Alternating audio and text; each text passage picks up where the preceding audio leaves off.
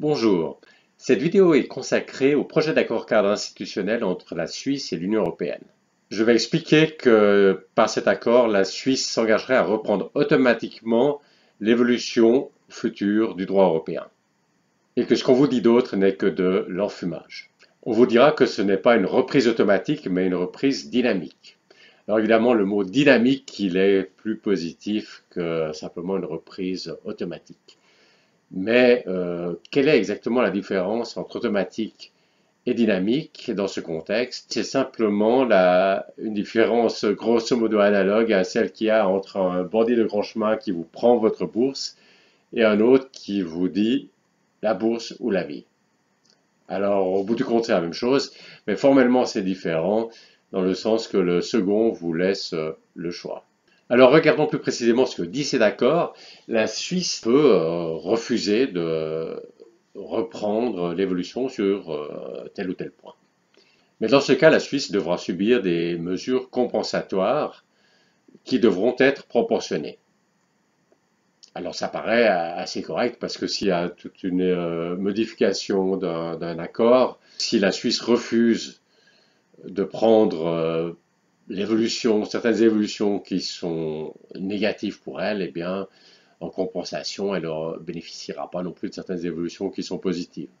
Et puis le texte dit même qu'il faut que ce soit proportionné, donc on ne va pas, parce qu'elle refuse une petite évolution qui est négative pour elle, lui enlever des énormes évolutions qui étaient positives pour elle. Donc juste comme ça a l'air d'être tout à fait correct comme procédure. La question, c'est celle de la proportionnalité. Parce que la question de savoir si quelque chose est proportionnel ou pas, c'est finalement un jugement de valeur. Et des gens différents peuvent avoir des idées différentes sur ce qui est proportionnel. Et c'est ce qui se passe, par exemple, par rapport aux mesures d'accompagnement. L'Union européenne trouve que les mesures d'accompagnement suisse ne sont pas proportionnelles, et puis la Suisse trouve qu'elles sont proportionnelles. Donc il peut y avoir des désaccords, et c'est important de savoir qui c'est qui va dire si ces mesures compensatoires sont proportionnelles. Alors c'est un tribunal arbitral. Et ce tribunal arbitral, il est composé paritairement. Donc il y a autant de juges nommés par la Suisse que de juges nommés par l'Union européenne. Donc en principe, c'est tout à fait correct. Seulement, ça vaut la peine de regarder un peu plus en détail parce qu'on se pose quand même la question, pourquoi est-ce que l'Union européenne fait tout un foin pour que la Suisse signe cet accord cadre, si une fois cet accord cadre signé, la Suisse peut simplement refuser l'évolution. Alors regardons plus en détail et ce qu'on voit, c'est que ce tribunal arbitral va devoir reprendre les décisions, la jurisprudence de la Cour européenne. Et ça, c'est le point crucial, c'est-à-dire tout cet édifice repose sur ce tribunal arbitral, mais lui-même n'est qu'un tribunal écran, comme on parle de société écran dans les constructions financières pour enfumer les choses. C'est un tribunal écran qui va devoir saisir la Cour européenne et puis reprendre ses décisions. Alors maintenant, je vais vous lire un passage du projet d'accord. Il s'agit de l'alinéa 3 de l'article 10. Lorsque le différend soulève une question concernant l'interprétation ou l'application d'une disposition visée dans le deuxième paragraphe de l'article 4, je reviens là-dessus tout à l'heure, du présent accord, et si son interprétation est pertinente pour régler le différend et nécessaire pour lui permettre de statuer, le tribunal arbitral saisit la Cour de justice de l'Union européenne. L'arrêt de la Cour de justice de l'Union européenne lie le tribunal arbitral. Là, il y a des choses qui sont très claires. C'est l'arrêt de la Cour de justice de l'Union européenne lie le tribunal arbitral. Juste avant, le tribunal arbitral saisit la Cour de justice. Dans le langage juridique, quand c'est marqué saisit la Cour de justice, ça veut dire qu'elle doit saisir, qu'elle a l'obligation de saisir la Cour de justice, pas simplement la possibilité de saisir cette Cour. Ce qui est un petit peu moins clair, c'est les conditions dans lesquelles elle doit saisir la Cour de justice. J'ai fait référence ici au deuxième alinéa de l'article 4 du présent accord. Cet article 4 s'intitule « Principe d'interprétation uniforme ». C'est d'interpréter les choses uniformément dans le marché intérieur de l'Union européenne auquel la Suisse participera avec cet accord. Et l'alinéa 2 dit dans la mesure où leur application implique des notions de droit de l'Union européenne. Les dispositions du présent accord et des accords concernés et les actes juridiques de l'Union européenne auxquels référence y est faite sont interprétés et appliqués conformément à la jurisprudence de la Cour de justice de l'Union européenne, antérieure ou postérieure à la signature de l'accord concerné. Donc, ce que ça veut dire, c'est que la Suisse doit reprendre l'évolution qui a lieu après la signature de l'accord cadre. Et puis, celle-ci, c'est chaque fois que ça implique une notion du droit de l'Union européenne. Et bon, là, il y a quelque part, c'est très très clair qu'on va devoir reprendre l'évolution du droit de l'Union européenne si on signe cet accord cadre. C'est pas complètement clair jusqu'où ça va, parce que qu'est-ce que c'est exactement une notion de droit de l'Union européenne? Par exemple, cette question de la proportionnalité, est-ce qu'on va considérer que c'est elle-même une notion de droit de l'Union européenne et que c'est donc l'Union européenne elle-même qui va dire si les mesures compensatoires sont proportionnelles ou pas? Ou bien est-ce que ça va être une des rares décisions que va quand même pouvoir encore prendre le tribunal arbitral lui-même sans se référer à la Cour européenne? Bah ça, c'est pas tout à fait clair. Je vous propose d'écouter cette intervention d'une experte sur le sujet.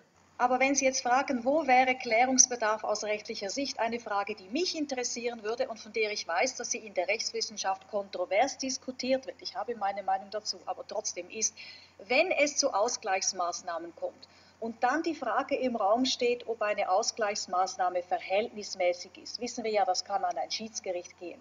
Wäre das jetzt eine Frage, die man dann dem EuGH als Auslegungsfrage vorlegen müsste? Mit dem Argument Verhältnismäßigkeit sei ja ein EU-Begriff, oder wäre es das nicht? Même ça n'est pas clair. Même si le tribunal arbitral pouvait juger lui-même ce qui est proportionnel ou pas, ça veut dire quand même que la Suisse serait à la merci de cette décision de ce tribunal arbitral. Et ça, c'est pas conforme à l'esprit démocratique. On élit par exemple des parlementaires, on leur dit pas ensuite, ben voilà, on vous a élu et vous faites ce que vous voulez. Non, on conserve, le peuple conserve le droit de veto par référendum, il peut intervenir encore entre deux élections. Et là, on parle de juges qui sont même pas élus, et la Suisse, le peuple suisse serait complètement soumis aux décisions de ces juges, dont on n'a aucune garantie a priori qu'elle serait objective, même s'il y a le même nombre de juges suisses que de juges européens. Parce que ces juges suisses, peut-être qu'un certain nombre d'entre eux, en leur fort intérieur, ce qu'ils souhaitent, c'est l'adhésion de la Suisse à l'Union européenne. Donc le peuple suisse a tout à fait intérêt à un système comme actuellement, où il y a un accord, où il y a plusieurs accords, et puis pour chaque accord, si on veut aller plus loin, si on veut développer encore cet accord, eh bien on peut le faire, et puis on trouve un nouvel accord, et puis si on veut pas, eh bien on reste avec l'accord qu'on a maintenant, et on descend en tout cas pas plus bas, on reste avec simplement l'accord qu'on a maintenant. Et ça c'est un bon système, parce que contrairement à ce que prévoit cet accord cadre, on ne dépend pas d'une décision d'un tribunal arbitral. Il y a tout un faisceau d'indications qui montrent que descendre plus bas, c'est bien ce qui risque de se passer. Alors, le premier élément de ce faisceau, c'est la réaction de l'Union européenne qui essaye de faire du chantage, de mettre la pression en ne renouvelant pas l'équivalence boursière. Alors finalement, elle a renouvelé pour 6 mois, mais seulement pour 6 mois, et puis la menace est bien là, si on ne signe pas l'accord cadre, de ne pas renouveler l'équivalence boursière. L'Union européenne placerait la Suisse en dessous d'autres pays tiers, par exemple en dessous des États-Unis. Donc c'est pas juste de remettre les choses à un certain niveau, mais c'est bien de mettre en dessous d'autres pays tiers. Voilà la pratique actuelle de l'Union européenne.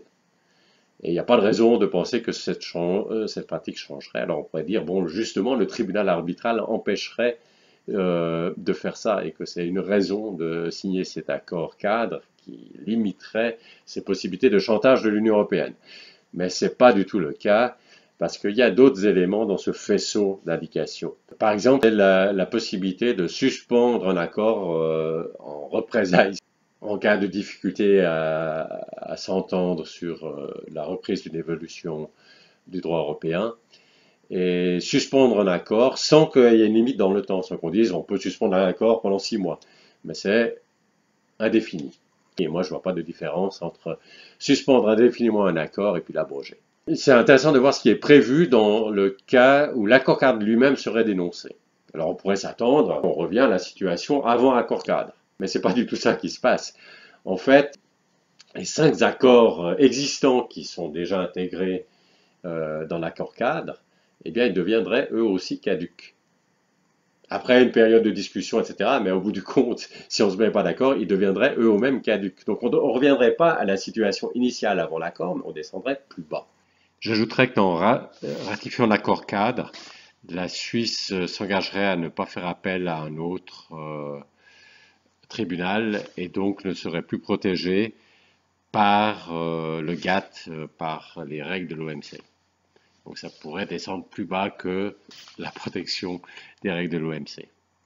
Donc voici tout un faisceau d'éléments qui vont dans le sens de dire que ces mesures compensatoires pourraient ne pas être du tout proportionnées.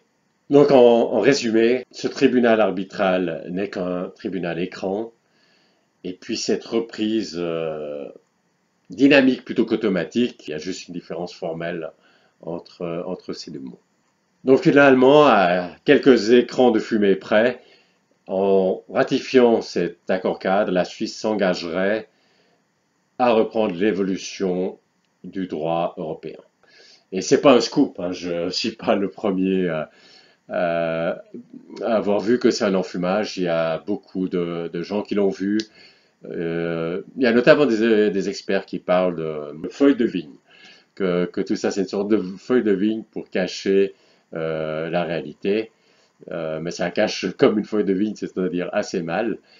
Alors on dira que c'est l'évolution du droit européen qui concerne simplement 5 accords existants, mais il faut être bien clair que c'est pas simplement ces 5 accords actuellement, mais ce serait aussi tous les nouveaux accords qui seraient ratifiés, et puis toutes les mises à jour des autres anciens accords. Donc si vous imaginez la situation dans 100 ans, les 5 accords initiaux, ce sera juste une petite goutte dans le tout, et donc ça converge à terme vers simplement un accord cadre qui couvre tous les accords entre la Suisse et l'Union européenne.